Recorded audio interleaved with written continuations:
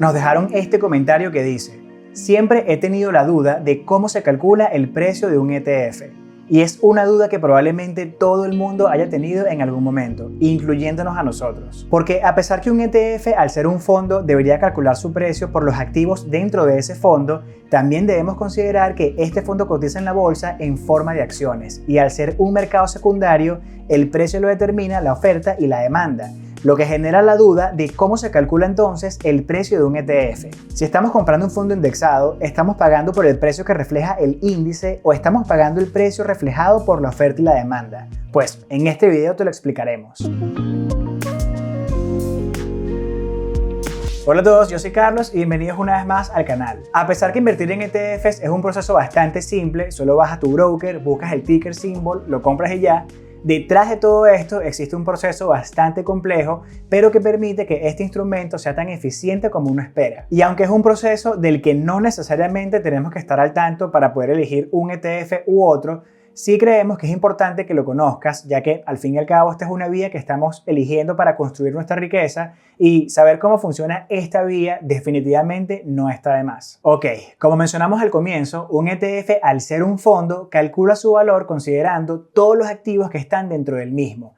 Pero al cotizar en la bolsa de valores en forma de acciones, también está expuesto al efecto de la oferta y la demanda del mercado. De hecho, si vemos en las páginas de los ETFs, en este caso el VOO de Vanguard, vemos que hay dos precios, NAV y Market, que vienen siendo el precio del valor neto de los activos dentro del fondo y el precio medio entre la oferta y la demanda de las acciones del fondo como tal. Entonces, por el lado del valor neto de los activos, el cálculo del fondo es relativamente simple. La fórmula es el valor de todos los activos, como las acciones, bonos y efectivo, menos todos los pasivos, como el Total Expense Ratio, dividido por la cantidad de acciones del fondo en circulación. El valor de los activos es determinado por la cantidad de acciones que sostienen y el precio de mercado de las mismas, también cualquier ganancia asumida, mientras que los costos incluyen el Expense Ratio, como ya mencionamos, pérdidas asumidas y otros gastos como pueden ser los impuestos. Al dividir todo esto entre la cantidad de acciones del fondo que están en circulación, nos da el NAV o Net Asset Value por acción. Alguna diferencia, así sea pequeña, entre algunos de estos factores es lo que hace que algunos fondos tengan un precio distinto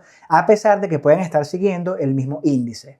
Ahora, lo importante a considerar aquí es que el NAV se calcula a la hora del cierre del mercado. Es por eso que si yo quiero invertir en un fondo mutuo, a pesar de que puse mi orden antes de las 4 de la tarde, no es sino hasta después de esa hora que el fondo ejecuta mi orden. Porque tienen que esperar al cierre de mercado para calcular el valor neto de los activos, considerando los factores que les mencionamos, y determinar cuántas participaciones me pueden dar basado en el monto de mi orden. Si mi orden era de $1,000 y el NAV del fondo fue de $100, pues me darán 10 acciones. Si el NAV fue de $90, pues me darán 11.1 acciones. Ahora, el proceso de un ETF es completamente distinto y bastante complejo. Sabemos que con un ETF podemos ingresar nuestra orden durante las horas del mercado y la misma se va a ejecutar siempre y cuando exista un vendedor o un comprador que cumpla con las condiciones de mi orden. Por lo que lo primero a notar aquí es que a pesar de que estoy comprando un fondo de Vanguard, para poner un ejemplo, no estoy interactuando con Vanguard, sino con el mercado. Y es aquí donde nace la duda de si estamos determinando el precio del fondo yo y otro participante del mercado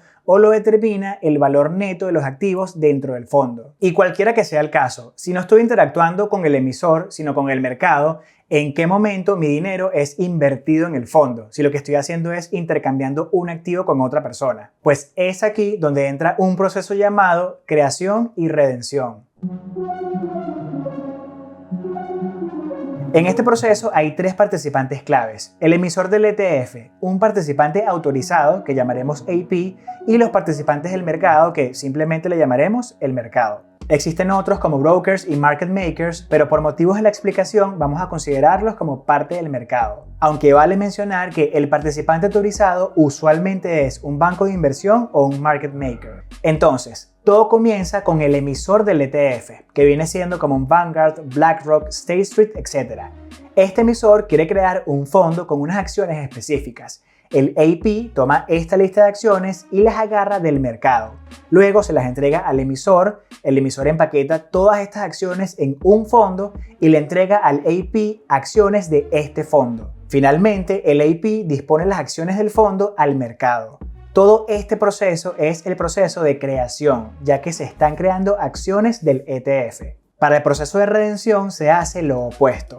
El AP toma las acciones del ETF del mercado, se las entrega al emisor, el emisor desempaqueta el ETF y le entrega las acciones individuales al AP, quien las dispone al mercado. Es el proceso de redención porque se están retomando o extrayendo acciones del ETF. Estos procesos de intercambios se conocen como in-kind transactions o transacciones in-kind, ya que realmente no hubo compra ni venta, sino un intercambio de activos que valen exactamente lo mismo. Esto es lo que le permite a los ETFs ahorrar dinero en impuestos, ya que no existe ningún evento imponible. No hubo ninguna compra ni ninguna venta, simplemente hubo un intercambio de activos que valen exactamente lo mismo. Entonces, hasta ahora podemos ver que a pesar que nuestra interacción no es directamente con el emisor del fondo, estamos sosteniendo un activo que representa los activos dentro del fondo, tal cual como cuando recibimos acciones directamente del fondo mutuo. Pero a diferencia del fondo mutuo, el valor de las acciones no solo se determina calculando el NAV,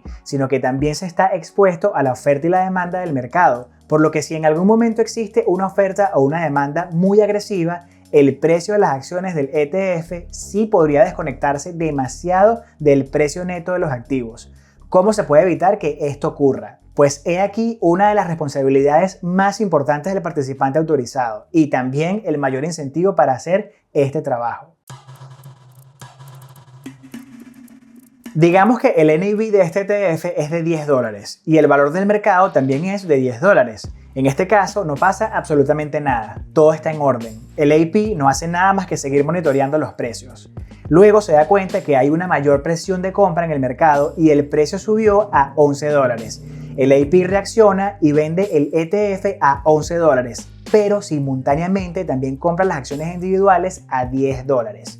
De esta manera está generando una presión de venta en el ETF y una presión de compra en las acciones, y se mantiene en este proceso hasta que los precios vuelvan a estar balanceados. Lo mismo ocurre si nota que hay una presión de venta en el ETF. El AP compra las acciones del ETF y simultáneamente vende las acciones individuales, generando una presión de compra en el ETF y una presión de venta en las acciones, y se mantiene en este proceso hasta que los precios vuelvan a estar balanceados. Este tipo de transacción se llama transacción arbitraria y es el incentivo del participante autorizado para hacer este trabajo y ofrecer liquidez, ya que esa diferencia entre el precio neto de los activos y el precio del mercado, ellos se la embolsillan. Pero ahora, ¿cuál es la diferencia entre las transacciones in-kind y las arbitrarias? Pues las in-kind es simplemente un intercambio de activos que valen exactamente lo mismo, donde no se generó ningún evento imponible. Y en las arbitrarias sí existe una venta o una compra en donde se generó una ganancia. Y aunque este evento sí es imponible, es el participante autorizado quien asume ese costo. Sea in-kind o arbitraria, este proceso de creación y redención involucra a los tres participantes que mencionamos, el emisor, el AP y el mercado. Pero por lo general, este proceso se mantiene en su mayoría dentro del mercado. De hecho, más del 90% de la actividad con los ETFs ocurre en el mercado secundario. Normalmente el AP tiene un inventario de acciones individuales y de participaciones del ETF, por lo que a la hora de realizar una transacción arbitraria no acude al emisor para la creación o redención de acciones. De hecho, existen ciertos límites para realizar este proceso. Y una transacción arbitraria que tú puedes hacer es aprovechar la oferta de 12 acciones gratis de Webull solo por abrir tu cuenta y hacer un depósito de cualquier cantidad, ya que recuerda que puedes vender esas acciones y comprar la acción o el ETF de tu preferencia. Es literalmente dinero gratis. Si te interesa, te dejaremos nuestro link en la casilla de descripción. Está claro que lo que hablamos en este video es una explicación bastante simplificada de un proceso bastante complejo. Y como mencionamos al comienzo, no es algo que necesariamente tengas que saber para poder elegir entre un ETF u otro. Pero algo que sí tenemos que estar muy pendientes es que la diferencia entre el precio neto y el precio de mercado no sea tanta. Esto sí nos va a ayudar bastante a la hora de comparar ETFs, así como los errores de seguimiento a la hora de replicar un índice. Esperamos que te haya gustado este video y de ser así no te olvides de dejarnos tu like, tu comentario y considera suscribirte al canal si aún no lo has hecho. Bye.